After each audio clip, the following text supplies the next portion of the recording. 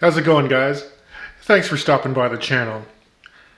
So in this video, I've kind of hopped on the bandwagon with some other YouTubers, and I'm going to be quickly going over the new models that were released from Rolex and Tudor this morning. And I've sketched out some notes of each of the models from Rolex and Tudor, and I wanted to give you my personal thoughts, as well as a quick overview of the specs and pricing for all of them. So let's jump right into it, and let's start off with Rolex and talk about the models that were affected by the new releases. So in general, there were some minor iterative changes to the Rolex Explorers 1 and 2, the Datejust 36 lineup, as well as the Cosmograph Daytonas. And just a quick wrist check, today I am wearing the recently discontinued, I suppose, 39mm Explorer 1. And for the Explorer 1, they recently released some new 36mm variations. I think they harken back to the original Explorer size around the early 1950s when Mount Everest was summited with the Explorer. And the one that kind of surprised me is they released a two-tone Rolex Explorer 1, 36mm with steel and 18 karat gold, and it comes in with a price range of just under 13,000 Canadian dollars. Now this Explorer does have that classic 369 Arabic numeral dial, which is now loomed with their Chromolite technology.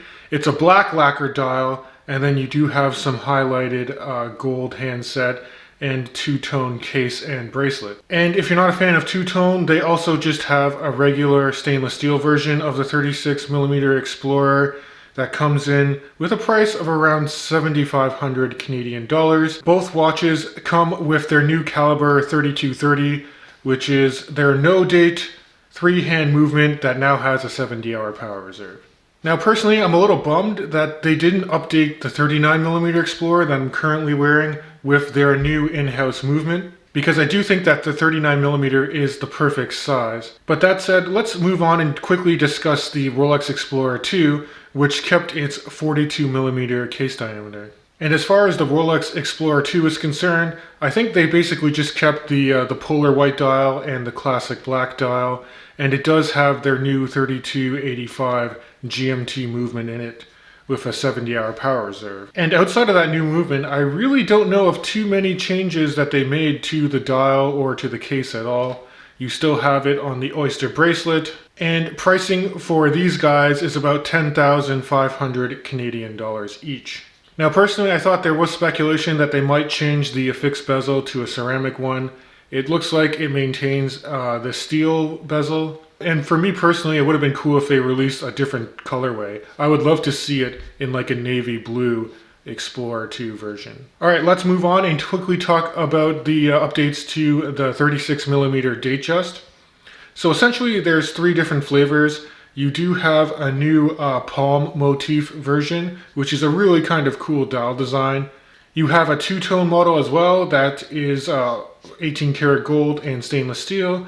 And then you also have a rose gold model of the 36mm Datejust, which is kind of cool. All of the new Datejusts come with the updated caliber 3235, which is their 3-hander with date complication and that same 70-hour power reserve, which is really nice to see. And pricing on these guys is just over $8,000 for the palm motif in stainless steel, and then you're getting to around the $13,000 to $14,000 price range if you're going to go two-tone gold or rose gold. Now I will mention that the precious metal Datejust, they come on a Jubilee bracelet, which I think looks really sharp, whereas the palm motif comes on the 3-link Oyster style bracelet. And personally for me, I think it was smart that they stuck with 36mm.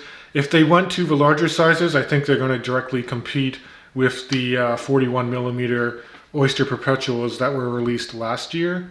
So overall, decent upgrades to the DJ 36mm. And lastly, let's move on and talk about the Cosmograph Daytonas. Now, the Daytona stayed its 40mm size, which is fantastic, and they released some new ones in different precious metals. So essentially what you have is a Daytona in white gold with a nice meteorite dial.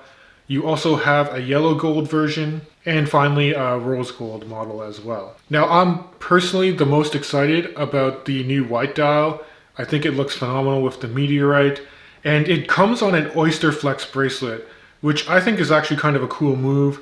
Oyster Flex, those straps are typically reserved for precious metal watches, and they actually do have a metal skeleton under the rubber. So it's a very high quality rubber bracelet that you're not going to find in many other brands. And it's got the updated caliber of a 4130 chronograph movement. Importantly, the bezel is now the black Cerakote bezel, which looks amazing. And pricing on this one is just over 40 grand Canadian. Now, the yellow gold and rose gold versions of the Daytonas are also quite nice. They actually come on an oyster bracelet, and pricing on the yellow gold or the rose gold one is going to run you close to about 50k Canadian, so they are not cheap watches. But overall, again, my favorite pick of the bunch is going to be the white gold with that gorgeous meteorite dial. Okay, let's quickly transition and talk about the new releases coming from Tudor. And before we get into it, just my right wrist check here. I'm wearing my favorite version of a Black Bay 58, the Black Bay 58 Blue. And that's going to be a segue into the first model that I want to discuss that Tudor updated, which is the Black Bay 58 series. Personally, I'm kind of underwhelmed by these releases. They released a gold version of a Black Bay 58 as well as a silver version. So both these versions do carry the MT caliber 5400 with that 70-hour power reserve. The gold version with that green dial comes on a brown leather strap, and it's priced really high at just under 20,000 Canadian dollars. And then if you want the more affordable steel alternative, you can pick up the silver dial variation of this watch. And pricing on this one is just under 5,000 Canadian dollars. So overall, I'm kind of underwhelmed by the updated Black Bay 58 models. But let's transition into something which I'm actually a little bit more excited about, which is the Black Bay chronographs. Now, these models range between 5,000 and 6,000 Canadian dollars. They come in with a very nice dimension of 41 millimeters, and they have the updated caliber MT 5813 that has 70 hours of power reserve. And I like that these chronographs have a nice 200 meter water resistant depth rating. There are some different bracelet and strap options out there for the chronographs, as well as a couple different dial colors. I really like the Panda style dial. And then just a couple more models that were updated by Tudor. You do have the Black Bay 36 millimeter series, which is the 150 millimeter water resistant ETA based movements that they put out. So this is the more affordable line of the Black Bay that Tudor has. I think it's a good gateway into this brand, and it ranges around the $3,300 Canadian price mark.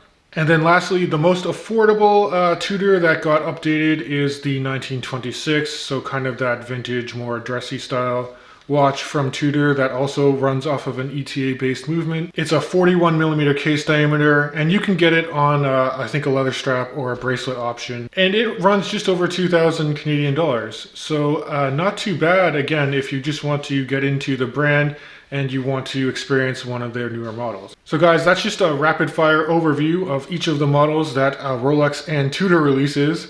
I would love to know your thoughts in the comments below. So guys, if you like this content too, please consider subscribing to my YouTube channel. It really helps me out a lot.